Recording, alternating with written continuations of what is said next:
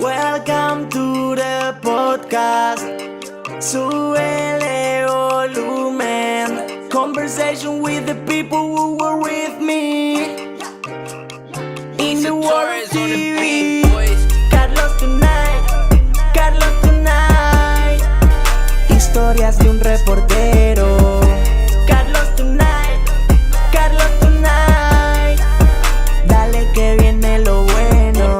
Hey everybody, welcome to Carlos Tonight. Thanks for being here. I'm excited to introduce you to my guest this week. I met him about 5 years ago when I was in California on assignment for CBS.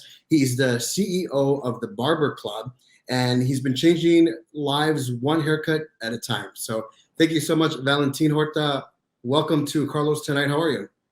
I'm doing good, man. Thank you for having me.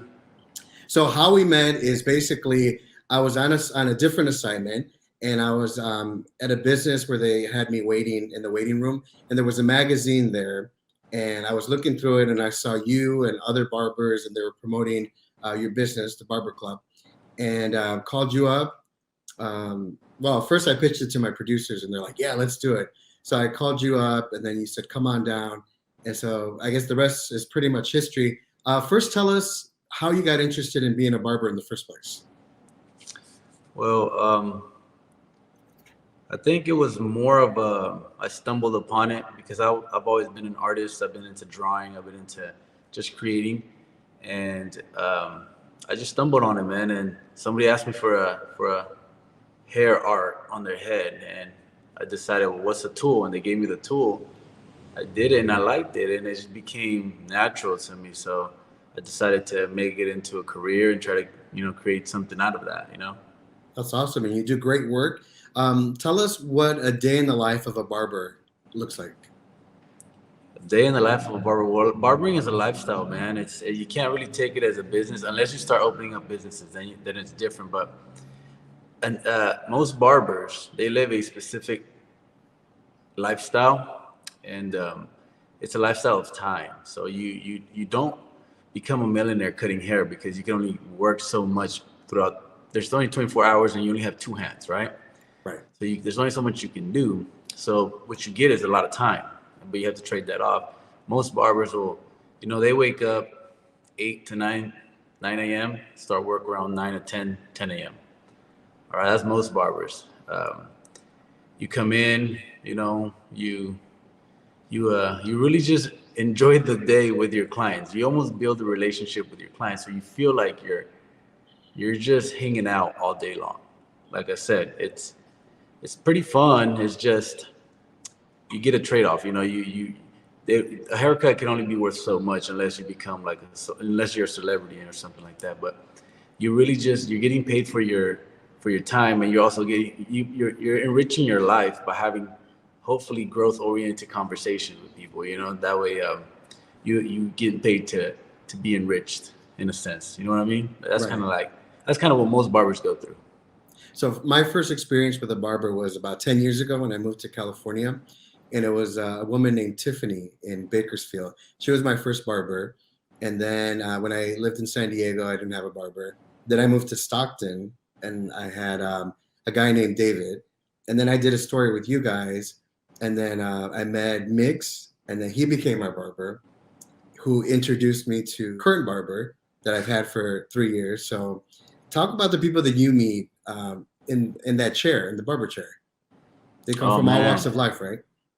It's a full spectrum. Like, I actually had this conversation 2 days ago about how many people I actually meet and how different everybody is.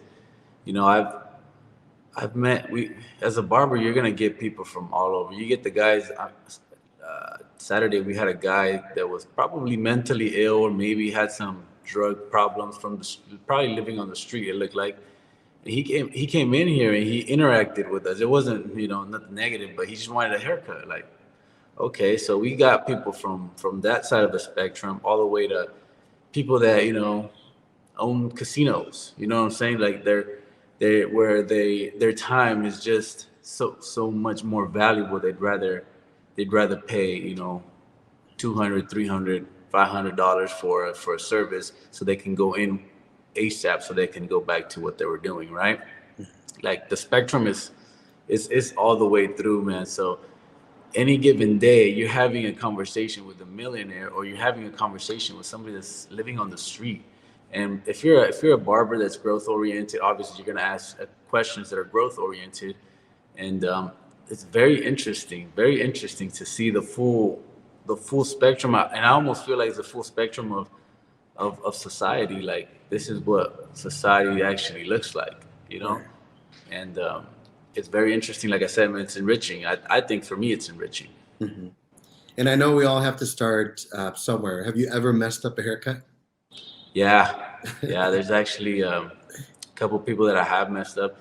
One in particular, which it's probably my worst one, which is my wife's grandpa. Rest in peace. He passed away.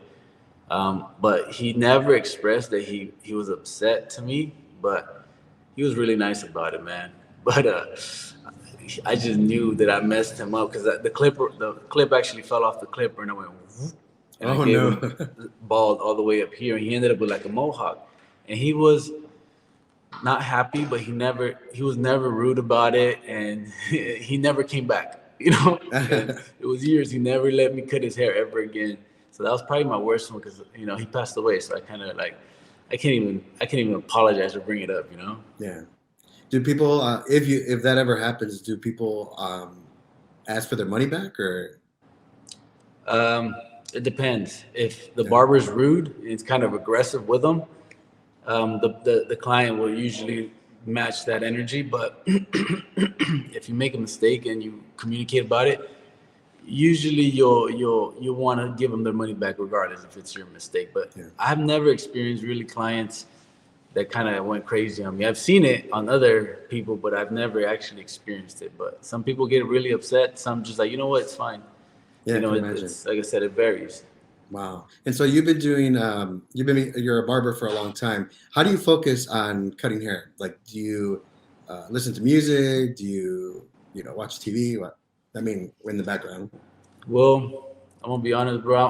I'm kind of like I kind of stand out on the industry because I'm not like the norm of people in barbering industry. So I do different things, you know. Like I'm a spiritual person, or you know, whatever spirituality actually means. But my thing is basically quietness, you know. So Yeah. sometimes listening to music will actually give me anxiety compared to me actually just being quiet and sitting there calmly and just almost like resting. So I'm almost like what do you call, like people call me like hippie. They'll call me like a guru-ish style because that's really what I do. Like I take care of my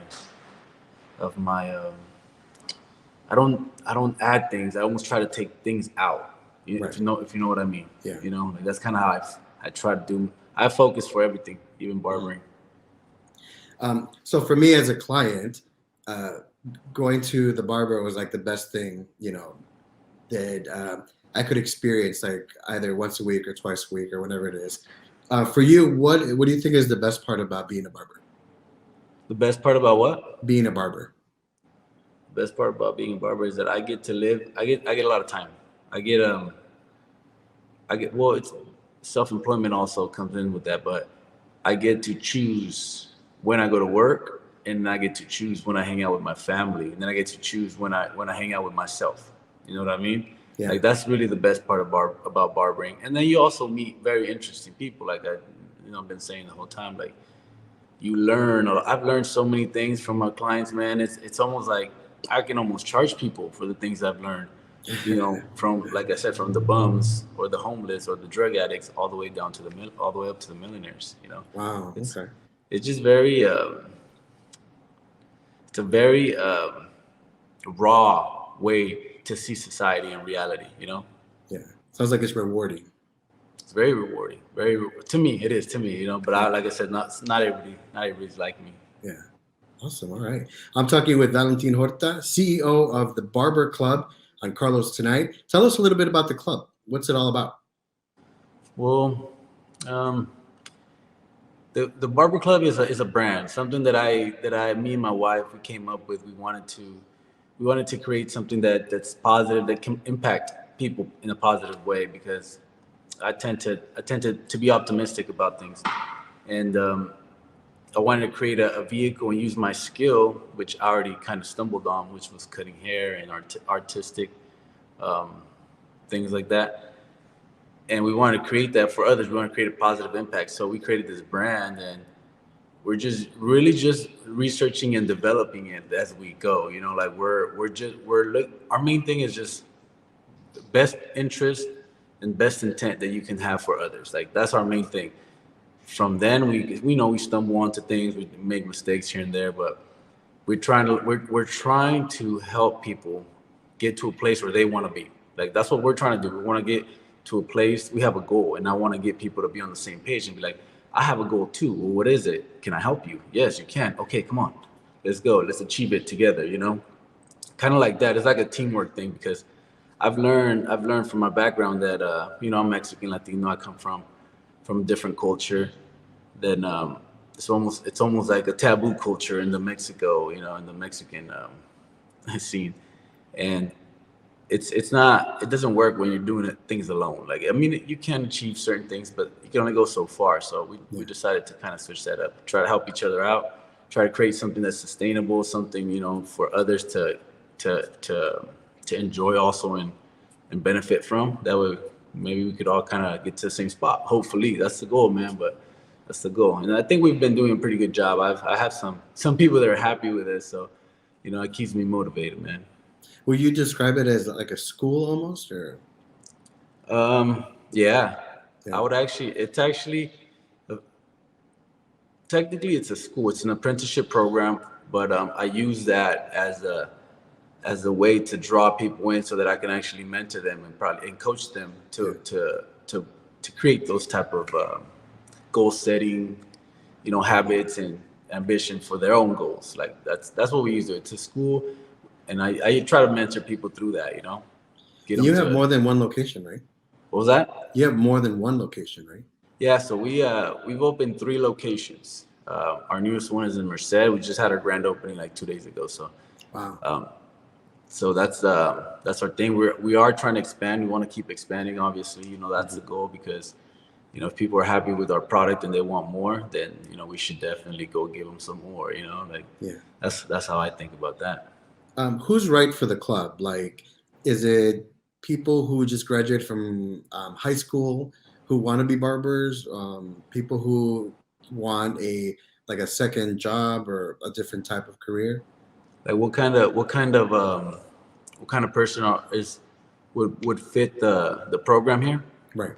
I think someone that needs a career change, someone that, and this is what we've had an experience, right? We've actually experienced this multiple times personally, where people have this job that they hate, you know, and it gives them good money, and I'm watching their paychecks because I ask them like, how much do you get paid, and they say, well, this much. I'm like, dude, that's good. Like, what do you mean? I was like, you know, as a barber, this is what you're gonna get paid, right? Yeah. They're like, yeah, but at least I'm gonna enjoy my life, and I'm not gonna be almost depressed.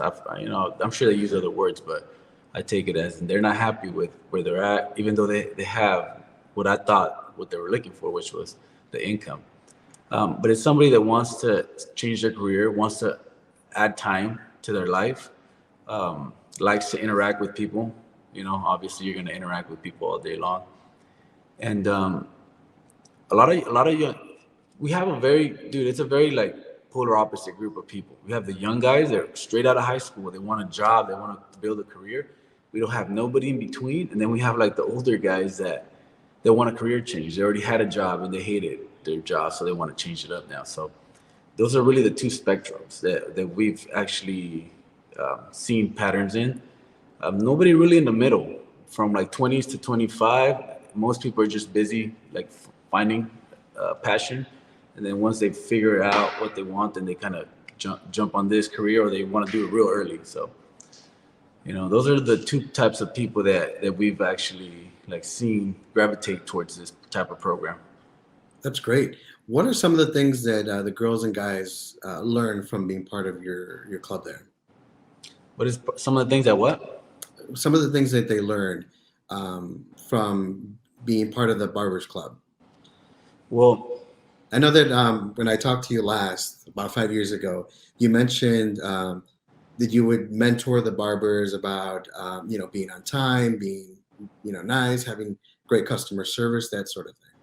Yeah, we do a lot of that. We do a lot of people join the young guys join it for the money, right? They're looking for money, quick income, fast money, and the older guys they join for time. So a lot of the young guys we teach them is values, like you know what are your values? Like yeah, money is important, but we also have to value loyalty, uh, trust, um, integrity, things like that, things that aren't being really spoken about, not just in my industry, but a lot of places. And I think Yeah. that's something that I really, really focus on because I think that's longevity. That's going to give them the longest and the best return for their time and money, man. Hmm. It's usually the inner values, the customer service, the being on time, the communication skills. Cutting hair, it's anybody can learn it, like we've humans have taught monkeys to do a lot of crazy stuff, right? By Yeah. repetition. But the other things that are hard to do is the customer service, is the communication, is the time management, is the money management. All that is actually the core of this, Mhm. and that's what we do. We try to teach that more than anything. That's fantastic. So I'm talking to Valentin Horta, the CEO of Barber Club. So as a barber, do you know how much of an impact you have on the lives of your customers? Do I know? Hmm. I don't know as much. I can assume because they don't. A lot of people don't tell you like if you impact them or not. So that's really like something that I won't know. But I do notice when because I watch the way I eat, the way I sleep. I watch things like that, and I speak to that to my clients and my coworkers and students. And sometimes I see results in them, like they'll be losing weight, or they won't have bags under their eyes, or their hair will get fuller. And I'll be like, "What are you doing? Like, are you doing something good?" And a lot of times they're like, "Yeah, man, I tried this out." And I'm like, "Oh, great, good thing that I shared that because I shared on my Instagram too. You follow me, so you might see this. That I'll post things that are almost non-barber related. So, Right. um, and that's kind of the gas that I try to use, to create impact is basically what is working for me. If it's working for me and I can give you the actual the what do you call it, the recipe, then it might work for you. And if it does, great. If it doesn't, I mean, I can still we can still figure it out somehow because that's what like I said, I have conversations and I love that. I love that talk, that enrichment. For a while, I always thought that for me, it was kind of like a therapy session where you go and you kind of talk about your problems, and then the barber kind of gives you the feedback and, like you said, advice on like working out maybe or like trying different products out for your hair and stuff like that. So I always appreciated that. So Yeah, hopefully it your is. customers, share that with you too. Yeah, man. Thank you. It is like a therapy session. Yeah. So when I first saw you in that magazine, you had dreadlocks. What Dreads, happened yeah. to those? They're tough to manage, man. Yeah. Especially when you're running a business. Like, I make a joke with my friends. They're like, "What happened to?" Everybody asks me that. What happened to the dreads? I'm like, "Hey, whenever you see these dreads back, it's probably because I have a lot of money. Because it takes a lot of time to have those dreads. And I'm running a business. I'm running the mentorship, and 2-3 hours out of my day going into my hair didn't sound very efficient. So we Yeah. just let them go. So as a barber, who cuts your hair? You Really, don't do it anybody. yourself, do you? Anybody. I've been doing this for 15 years, right? So I already understand the psychology and the identity issue with hair, right? So Mhm. it's not as important to me anymore, especially because I do it all day, every day. So really, anybody that I really come around and I need a haircut, like, hey, can you cut me? Some are good, some are better than others. That's just how it is with life in general. But to be honest, as a barber, I like to cut my own hair, but it takes a long time. But like I said, if I can't do it, I'm sitting in anyone's chair. It doesn't really matter to me. Yeah. Awesome. If someone's interested in joining the club or being part, being a barber, what do they need to do? What's your advice? Well, I think they should contact me so that I can give them, because every person has a different situation, and the program is really a work program more than it is a barber academy. So it's really catered towards jobs and development, more than it is barbering. But I think everybody has a different like goal on what or a different vision of what they think this barbering thing is. So I think the first thing they can do is contact me. I can put a link or something on there. Yeah. Second thing they could do is research how much income barbers make, and try to get a feel for the income, because that's going to be very, very important, because some people are income oriented and other people are time oriented. Some people are, socializing, orientation, like they like to talk to people and they don't really care about money or time. Oh, totally. Yeah. I think doing that, figuring out what you think barbering is, doing some research, and then contacting somebody that knows knows about the industry, so they can tell you like, hey, this is what it's actually going to happen, and I think this is what you need. I don't think this would help you, and that would be someone like me that I usually do that. I have people call me all the time. Oh, that's good. So you're centered south of Stockton and north of Fresno, right in the middle. Do you have any plans on expanding maybe to other like big cities, maybe another state, or no?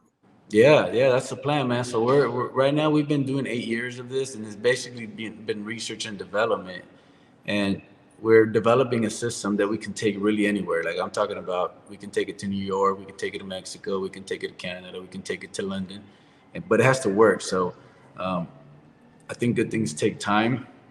We're almost done. We're almost done with a good system, but the goal is to expand down towards the Bay, go down towards Modesto, to the Bay, to LA, try to take a big chunk of Cali, and then jump into like a bigger city in a different state, like Seattle, maybe Chicago, maybe Miami, New York, things like that, Dallas, Houston. Awesome. And I just can't wait for that. keep trying. Keep trying. That's really the goal. Just keep trying. Awesome. What do you think about the barbers that are part of your program that kind of moved on, and maybe they opened up their own shops or they're succeeding somewhere else? What do you think about that, and knowing that you had a little part of that? Well, actually, I like it because it's when you're in mentorship and teaching, like people that you help succeed. That's how you get paid in mentorship and education. When people that you've helped actually do good, that's when you're like, yes, and it actually brings value towards me, which can raise my value, so that can help me as well. So it's I like it. It's like, yes. Now if people know I had a part in it, that's different, but when I know that I had a part of it, I'm getting paid internally. I'm getting paid internally, and the people that know, they also know. So regardless, I get my reward all the time, and I think that's the way it should be for everything, not just barbering. Absolutely. And do you want to share your website or social media pages that we can follow you and ask you questions? Yeah. I'll put my website, officialbarberclub.com. You'll have it on there. Scroll all the way down. You can send me a message and ask anything you want right there. Awesome. Check it all out. Great. And I'll put those in the show notes afterwards. So Valentin Horta, thank you so much from the Barber Club for joining me. I appreciate your time. God bless you. Thank you, Carlos. God bless. And that's a wrap. Thanks so much for watching this episode of Carlos Tonight. It was written and produced by yours truly, Carlos Correa. My theme by Skin Galas. Visit carlostonight.com for the latest on the podcast, see upcoming guests, and check out past episodes. That's carlostonight.com.